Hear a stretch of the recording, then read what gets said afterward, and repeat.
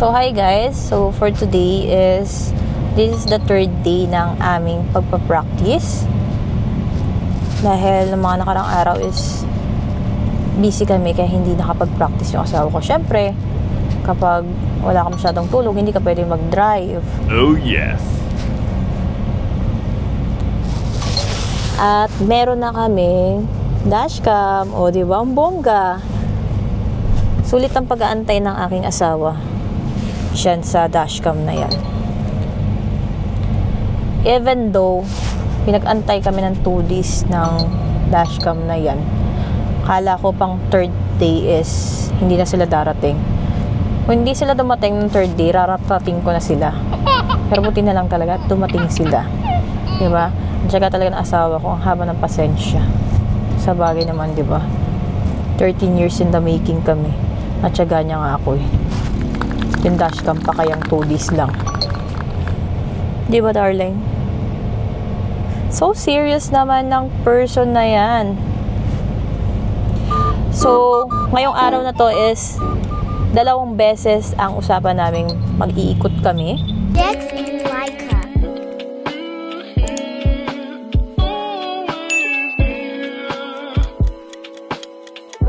Ang bongga ng dashcam namin na yan na pedestrian ahead daw. Uy. Very alarming. Bongga, pedestrian ahead. Bongga, mare. May mga pedestrian dito sa Montalban. Pero makikita mo naman yung mga tao dito kung saan-saan tumatawid. So, napaka-importante ng pedestrian para kapag ikaw ay nasagasaan, bayad. Hindi dahil sa safety. Pag nasagasaan kami, bayad.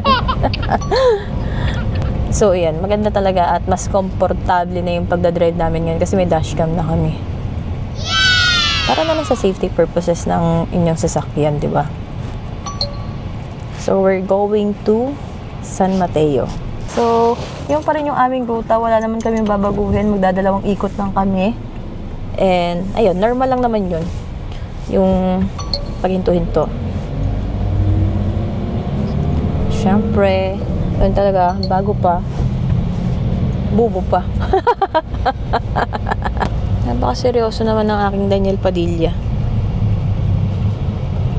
So, ang ginagamit kong ring light dito sa sasakyan is yung vanity mirror ko dahil noong nakaraan, yung tofu light ko, sabi ng asawa ko, nahihirapan daw siya mag-drive. So, mas maganda na daw gamitin ko yung vanity mirror ko. Okay lang yan, relax ka lang. So, update ko kayo sa ating kaganapan for today's video. Ang galing naman ni Kuya, counterflow. Bongga kaya!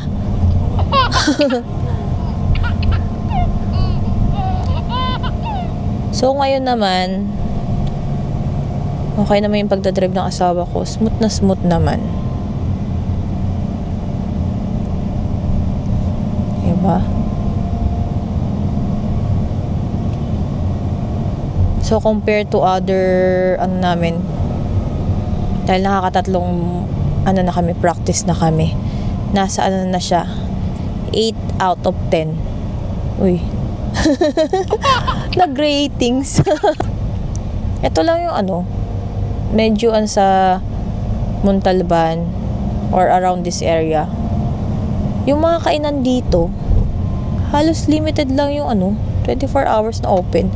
Unlike sa QC or Manila na ang daming kainan, lalo na pag madaling araw. Dito hindi eh. Tsaka hindi masyadong matao yung mga inuman. Hindi masyadong party people to mga taga Montalban. So, mas mahilig talaga sila sa food. Pero regarding naman dun sa alak, parang hindi masyado. So, andito na kami sa may batasan. Yung paakyat na ganon. So, yung pag-akyat naman namin is smooth. Caring-carry naman ang asawa ko to. Kaya nga sabi ko sa kanya, kapag medyo nasanay na siya, doon kami mag-umpisa naman sa latex. Diba? Para bongga. Ayan. So, may mga kasabayan kaming pailan-ilan na mga truck. Pero, maluwag yung kalsada. So for today, ang bilis ng biyahe namin. And tamang-tama talaga na magdadalawang ikot kami. So, naligo pa kami mag-asawa para lang makapag-practice. Hindi ko alam kung bakit related yung pagligo. Pero syempre, para ma-refresh din kami. Ay, naku, ganda, kapaputang ilan pa. Makabuti na. Diba? Nakasaksi pa kami ng isang kamote rider, which is pinauna namin. Diyos mio, muntikan na maging ala-ala. Tapos talaga, kapag ganyan, mag-ingat-ingat kayo. My God. So, galing siya sa kanan, tapos pinauna namin, tapos nagtuloy-tuloy siya. May truck. Diyos ko, muntikan ka na maging kwento, kuya. So, syempre, hindi na kami lalabas. Merong shortcut dito, papunta ng Litex. Alam naman natin connected ang Batasan to Litex. So, yun yung pupuntahan namin for today's video. Kadaming truck, uy. Bongga. So, nagvi-video na ako and then, ayun yung phone ng asawa ko. Para nang sa ganon, meron siyang POV shots ng kanyang pagdadrive. So ngayon makakadalawang ikot talaga kami. Dahil, Diyos ko, nakadalawang kape ba naman yung asawa ko dahil pinapak ata yung Nescafe. Dito na tayo sa Sigsag, yung tapunan ng mga bangkay. Kasi dito sa part na to, diba, kapag wala ng truck, syempre, ang dilim niya na. Compare noon na, pero ngayon kasi meron ng mga ilaw-ilaw, may mga street light na, medyo maase-esenso na. Before dati kasi, ang dilim dito, mare. Ito na yung boundary papuntang Montalban. Napakaraming trackings talaga dito. Kaya naman dapat talaga mag-ingat-ingat ang mga motorista. So, ang ganda na ng tint namin. Yung una naming tint, kung matatandaan ninyo, medyo madilim yun. So, medium yun ng Toyota.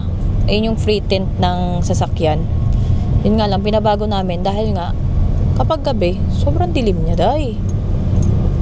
Tapos, kapag nagdadrive pa kami, pinababa pa namin yung windows. Paano kapag nagtag-ulan? So, nagpa-install kami at pinagawa naming light. So, mahal din talaga mga pyesa, parts ng sasakyan. So, sa pagpapatint pa lang, nasa kulang-kulang 5,000 na rin. Itong windshield at saka yung dalawang magkabilaang bintana. So, ito na yung pangalawang ikot namin at palabas na kami ng San Mateo, which is traffic na. Kanina wala, diba? Ngayon meron na. Tapos, andun yung mga motorista na alam mo namang traffic, tas nagmamadali. Ay, bongga. Ba't di nyo upgrade yung sasakyan ninyo into aeroplano? Yeah. So, importante din talaga kasi sa driver na kondisyon ang inyong katawan kapag kayo ay nagdadrive. Bless you. Busog. Dapat hindi nakainom, hindi inaantok. Diba? Lalong-lalo na maingat yung asawa ko ngayon. Dahil meron kaming prinsesa na makikita na ngayong taon. Hindi pa sumisipa ngayon si JL. Mukhang tulog pa siya. Kasi may time na madaling araw.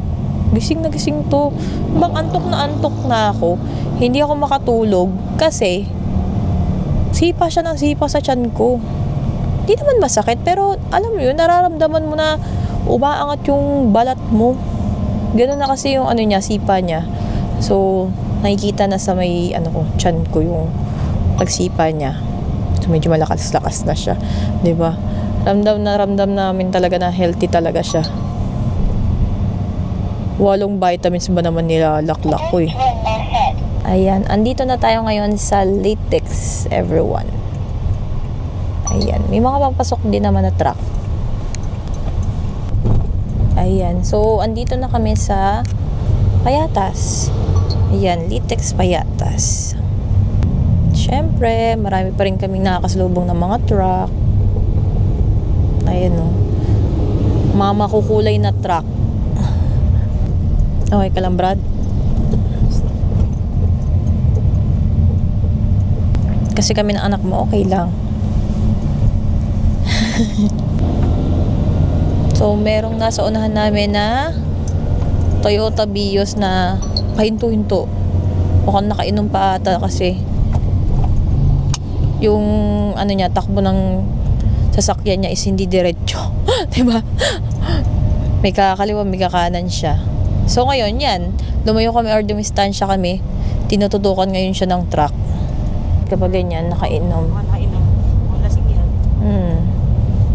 Dapat kayo po ay hindi nagda-drive. At kung sakali naman bago kayo, syempre hayaan yung mauna sila. Kaloka. Kasi baka mamaya mag-cause pa kayo ng problem sa ibang tao imbis na ang ayos-ayos ng pagdadrive nila. So, balik Montalban na ang Furzon. And we're planning to eat. Saan mo ba siya kumain? Hindi ko alam kung saan eh. Sa tingin mo, alam mo ba ang nasa isip ko, B1? Saan tayo kakain? For today's. Siyempre, sa masarap dito.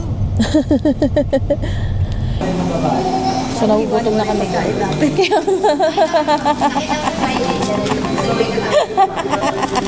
Saling galit-galit. Ayan. Ayan. Asawa kong supportive. Grabe yung busog ko, mare. Sobra. Hindi kumain yung asawa ko, nagtubig lang. So, yung order niya, ako yung kumain, chicken spaghetti. Tapos, nag-burger ako. Burger steak din ako. 2 pieces. Ang sarap ng burger steak dito sa ano. Tapos kasi burger steak ng McDo. Bet na bet ko. Tapos, fries. Tapos, Oreo sundae ako. Tapos, Coke float. Ay, grabe day. Bloated. So, by tomorrow na ako magda-diet. Grabe yung busog namin ng anak ko ngayon for today's video. Going home na!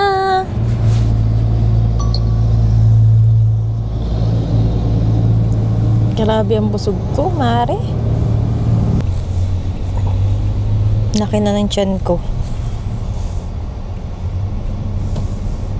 Laki na ni JL. And sobrang healthy niya kasi everyday ko siya nakikita kumagalaw. I mean, nararamdaman. Kaya ko sinabing nakikita kasi yung tiyan ko, nakikita ko na talaga yung pagsipa niya. Uy, pinag-uusapan lang natin anak ko, biglang sumipa ang babaitang to. So, madaling araw kasi siya nagigising. Madaling araw siya sumisipa. Tapos, minsan, hapon. Diba? Gising siya ngayon for today's video. Sabi niya siguro, ang dami mo naman kinain, mama. Diba? Sabi na sa'yo, magda-diet tayo. Eh, wala eh. Walang tanang kumain yung asawa ko. So, sayang naman yung food. Kaya kinain ko. Uy. And for today's video ay eto, nagpa-park na po kami malapit sa amin. Actually, meron naman po kami talagang parking space. Di ba, gaya nga na sabi ko sa inyo, meron nga po. Yun nga lang, ayaw na lang asawa ko munang mag-park doon. Kaya naman, ito, dito lang muna kami sa may banda sa amin, which is malapit sa may court. So, safe naman dito. Dahil subdivision naman po ito. So, guys, dito na natapos ang ating practice for the day. So, bukas po ulit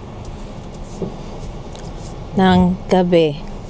So, samahan nyo ulit kami sa aming practice session.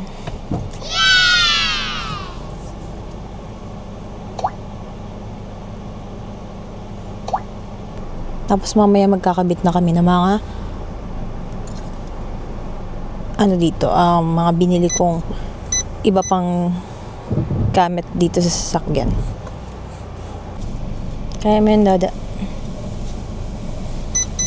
Dito lang kami ng anak mo. Thanks for watching. Share. Don't forget to like, comment, and subscribe. See you next vlog.